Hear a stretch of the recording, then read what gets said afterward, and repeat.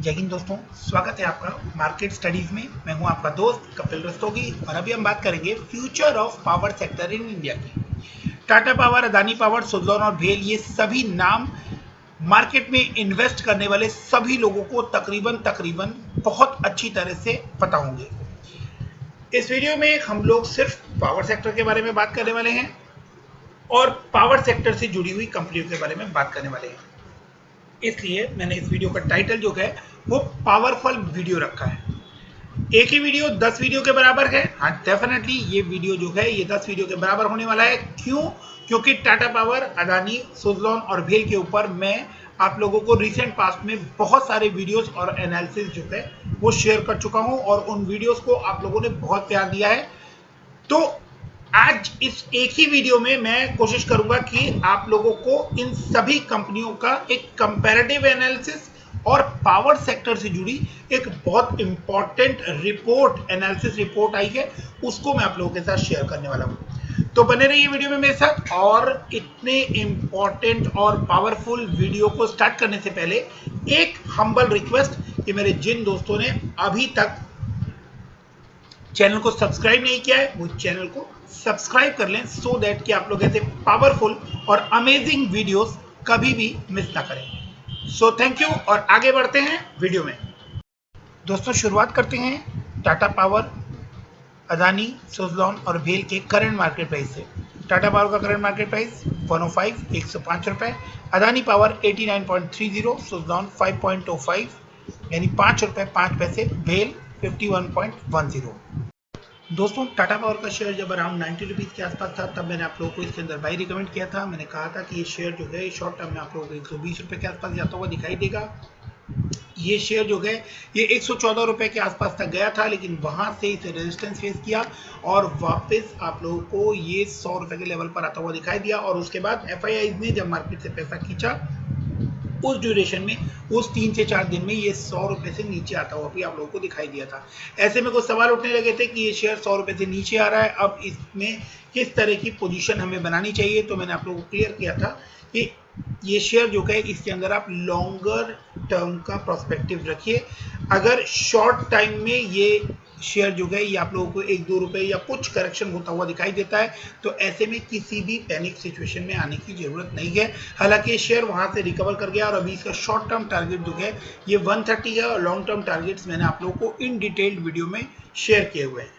अभी हम लोग करंटली इसकी पोजीशन देख लेते हैं और इससे रिलेटेड बड़ी न्यूज जो मैंने आप लोगों को पहले दी थी, अब वो न्यूज आपको धीरे धीरे इसके अंदर फ्रूटफुल होती हुई भी दिखाई दे रही है।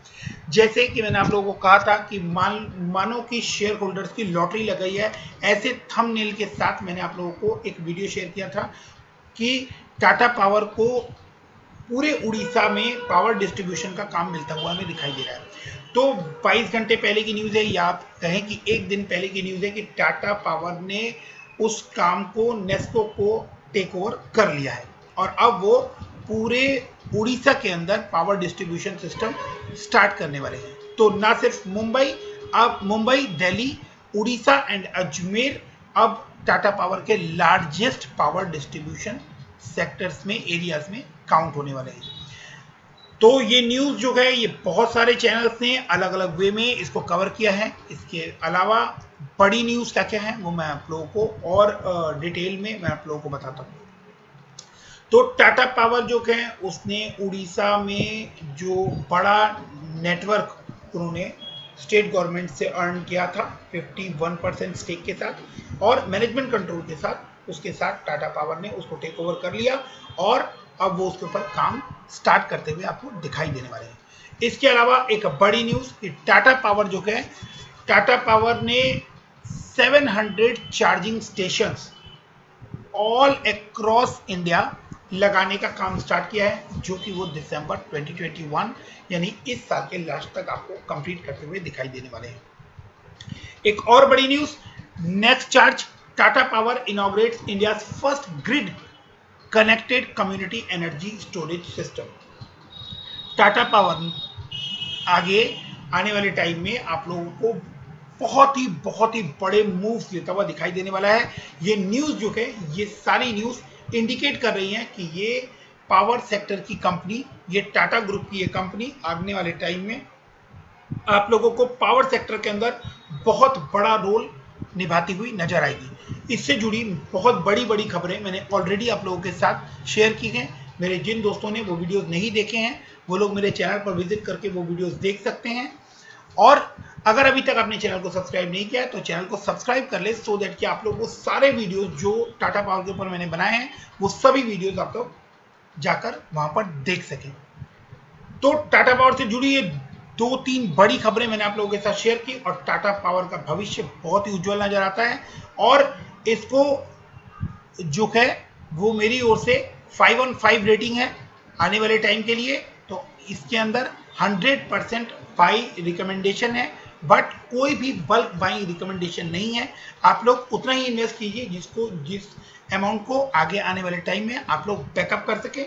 मतलब कि अगर किसी भी वजह से मार्केट में एफआईआई पैसा खींचती है या किसी भी वजह से अगर कोई बिकवाली का दौर आता है और उसके अंदर ये शेयर नीचे आता हुआ आपको दिखाई देता है तो आप वहां पर बाई ऑन डिप कर सकें।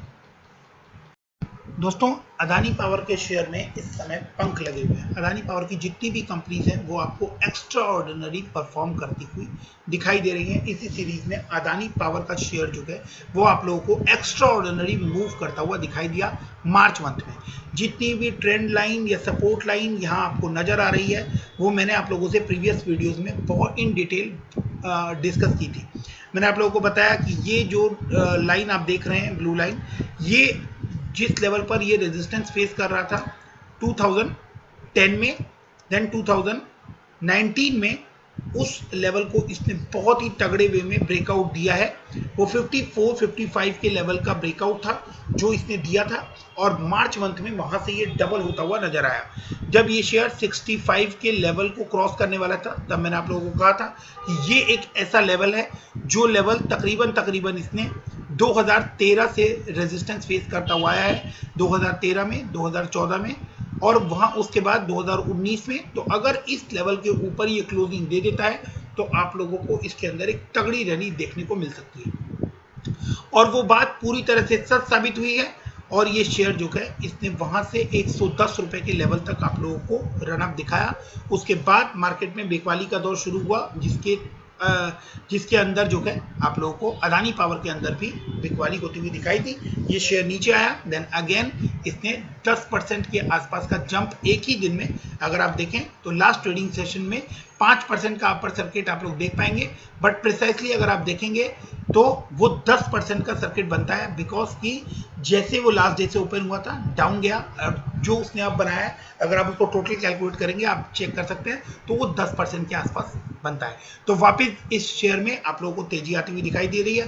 और दूसरी बात ये अदानी पावर के शेयर में आप लोगों को तेजी आती हुई दिखाई देने वाली है बिकॉज ये अदानी पावर के हक में सारे फैसले जाते हुए दिखाई देंगे और दे भी रहे हैं। जब गवर्नमेंट की किसी कंपनी के साथ, यानी power distribution company, Rajasthan state government से रिलेटेड जो 3 पावर डिस्ट्रीब्यूशन कंपनी का केस अदानी पावर के साथ चल रहा था, उसमें भी कोर्ट ने अदानी पावर के हक में फैसला दिया है। तो जिस समय अदानी पावर का शेयर जो है वो इतनी मोमेंटम में है कि अदानी पावर का शेयर जो है, अदानी पावर जो कंपनी है वो गवर्नमेंट की कंपनी से, पावर डिस्ट्रीब्यूशन कंपनी से भी केस जीत जाती है। तो ऐसे में आप लोगों के लिए समझना कोई बहुत बड़ी बात नहीं है कि अदानी पावर का शेयर जो है वो आने वाले टाइम में किस तरह का मूव करता हुआ आपको दिखाई देने वाला है। डेफिनेटली हर बात वीडियो में आप लोगों को बोलकर नहीं बताई जा सकती, बट अदानी पावर जो है वो आने वाले टाइम में आप लोगों को एक्स्ट्रा ऑर्डिनरी परफॉर्म करता हुआ दिखाई देगा। अभी रिसेंटली इसके जो टारगेट्स हैं वो 115 के आसपास, उस लेवल को क्रॉस करने के बाद 140 एंड देन अबव इसके टारगेट्स जो हैं वो बहुत बड़े हैं। और एक बार अगर ये 140 के ऊपर निकल जाता है तो आप लोगों को इसके अंदर बड़ी तेजी की संभावना देखने को मिलेगी। अदानी पावर के अंदर बहुत सारी बड़ी खबरें जो हैं वो उनका इम्पैक्ट आना अभी बाकी है, उनका फ्रूटफुल होना भी बाकी है। मैंने जितने वीडियोस बनाकर आप लोगों को अदानी पावर से रिलेटेड न्यूज़ शेयर की है उन सभी का इम्पैक्ट भी अभी तक अदानी पावर के ऊपर नहीं पड़ा है। तो आने वाले टाइम में आप लोगों को वो भी देखने को मिलेगा। एक और बड़ी खबर क्विकली मैं आप लोगों का अदानी पावर से रिलेटेड यहाँ पर शेयर कर लेता हूँ। अदानी और Torrent submit expression of interest for south east UP power transmission. ये एक बहुत बड़ी खबर है दोस्तों, अगर आप लोग समझ सके तो। Adani and Torrent group have submitted expression of interest to buy south east UP power transmission. पूरे साउथ ईस्ट यूपी का पावर ट्रांसमिशन जो है वो इसको अदानी और टोरेंट ग्रुप जो है वो टेक ओवर करने में या एक्वायर करने में इंटरेस्टेड दिखाई दे रहे हैं। और अभी ये आइसोलेक्स कोर्सन कंपनी के पास है जो ऑलमोस्ट बैंक्रप्सी फाइल कर चुकी है स्पेन में।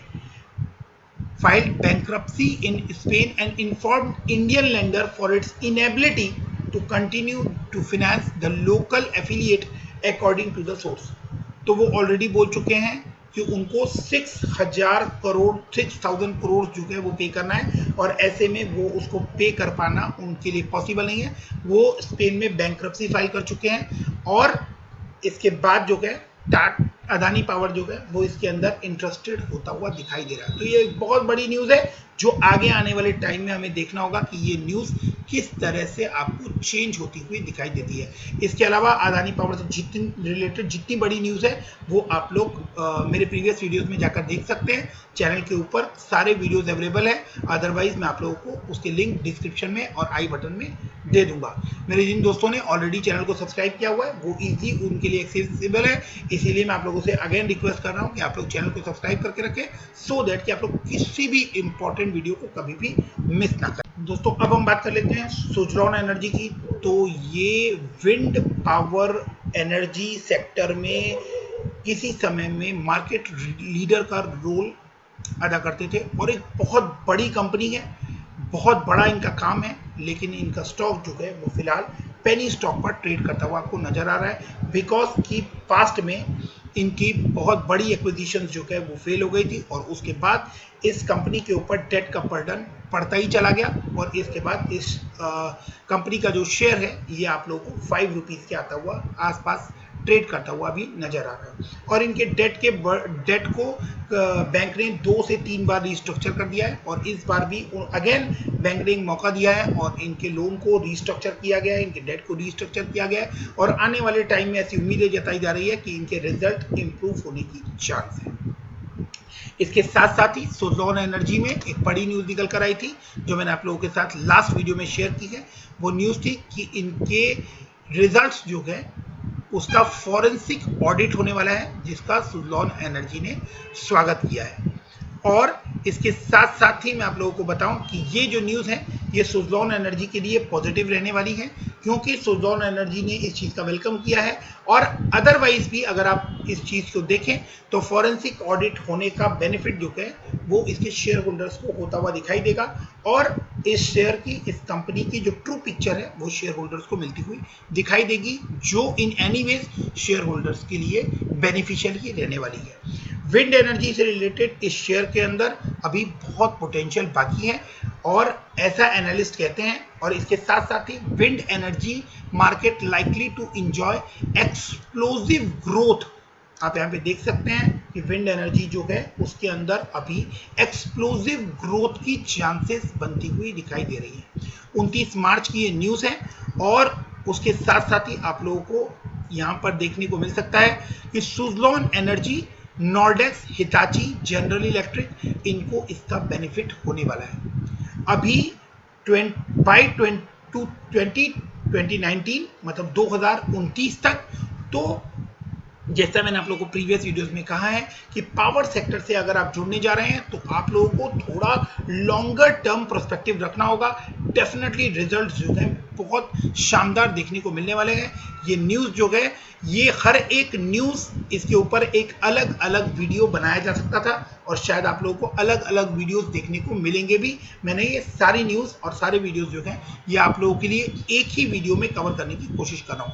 Wind energy market likely to enjoy explosive growth by 2029।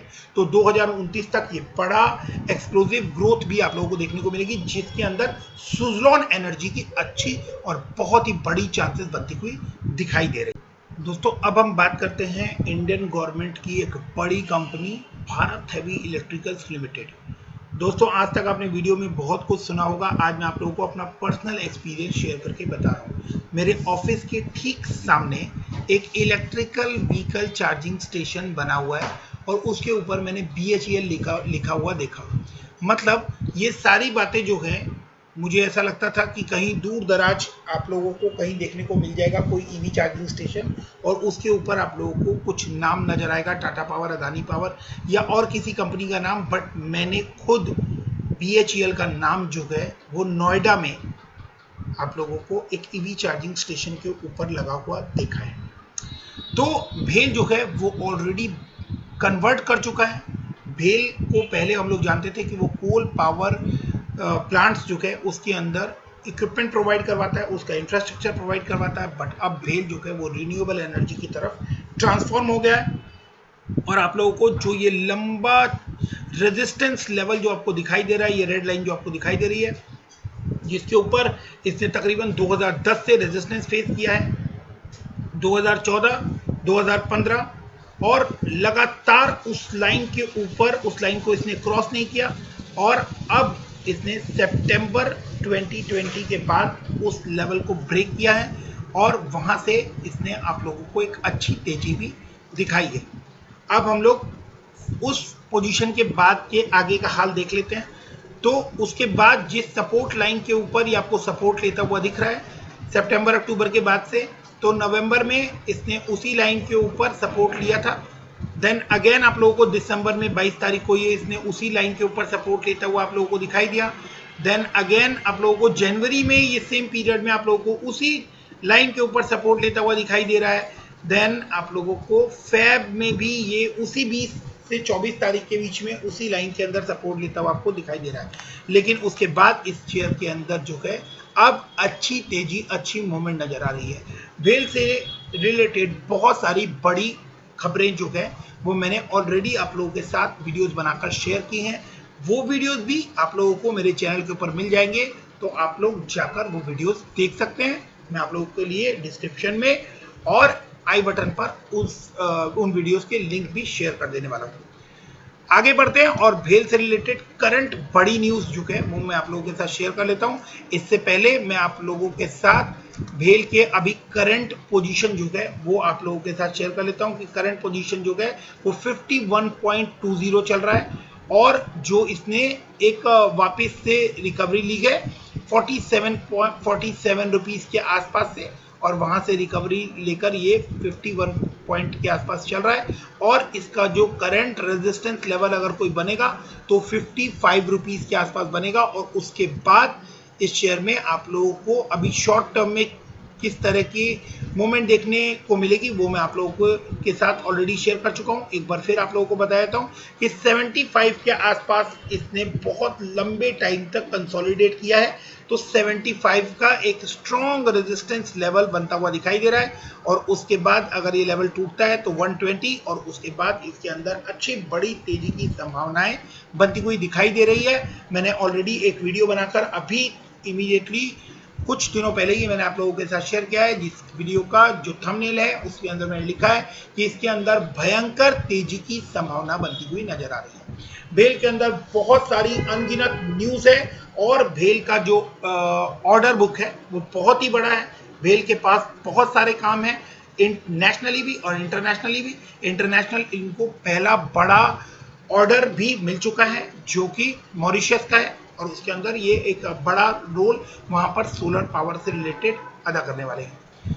भेल का एक और बड़ी न्यूज जो निकल कर आ रही है वो मैं आप लोगों के साथ शेयर कर लेता हूं कि भेल bags a major order for sulphur recovery unit from IOCL यानी इंडियन ऑयल कॉर्पोरेशन लिमिटेड। ये न्यूज क्या है, ये न्यूज मैं आप लोगों को बता देता हूं। द पैकेज, और ये न्यूज 30 मार्च की है, 30 मार्च 2:17 की।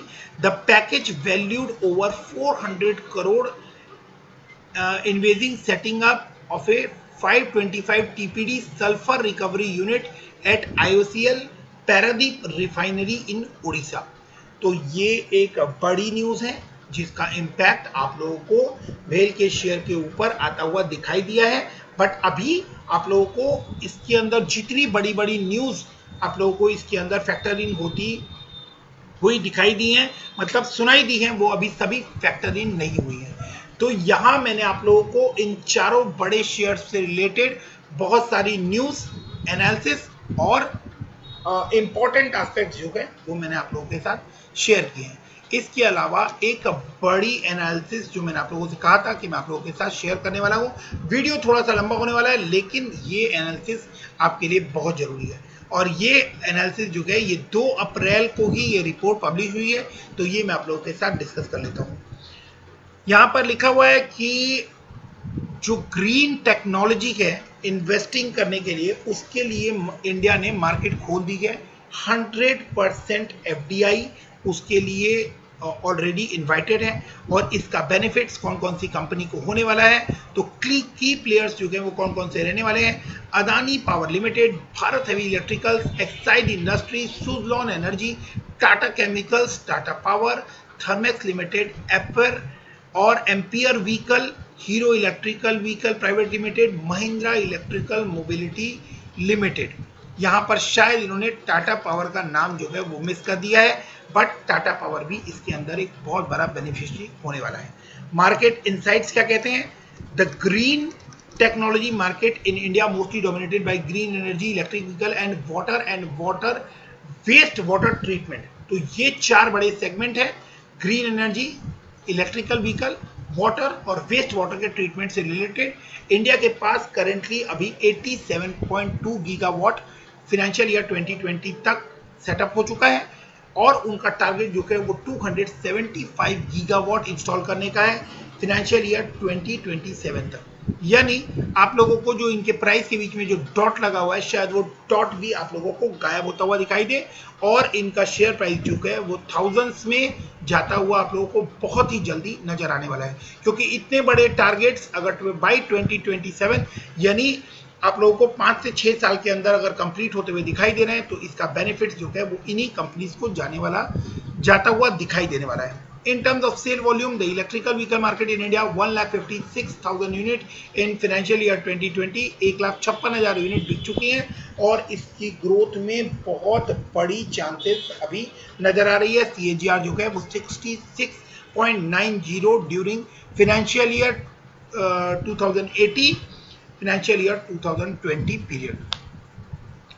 In terms of revenue, the market of the water and wastewater treatment in India estimated to be 2,141.60 billion in 2025, expanding a CAGR of 12.28% during forecast period.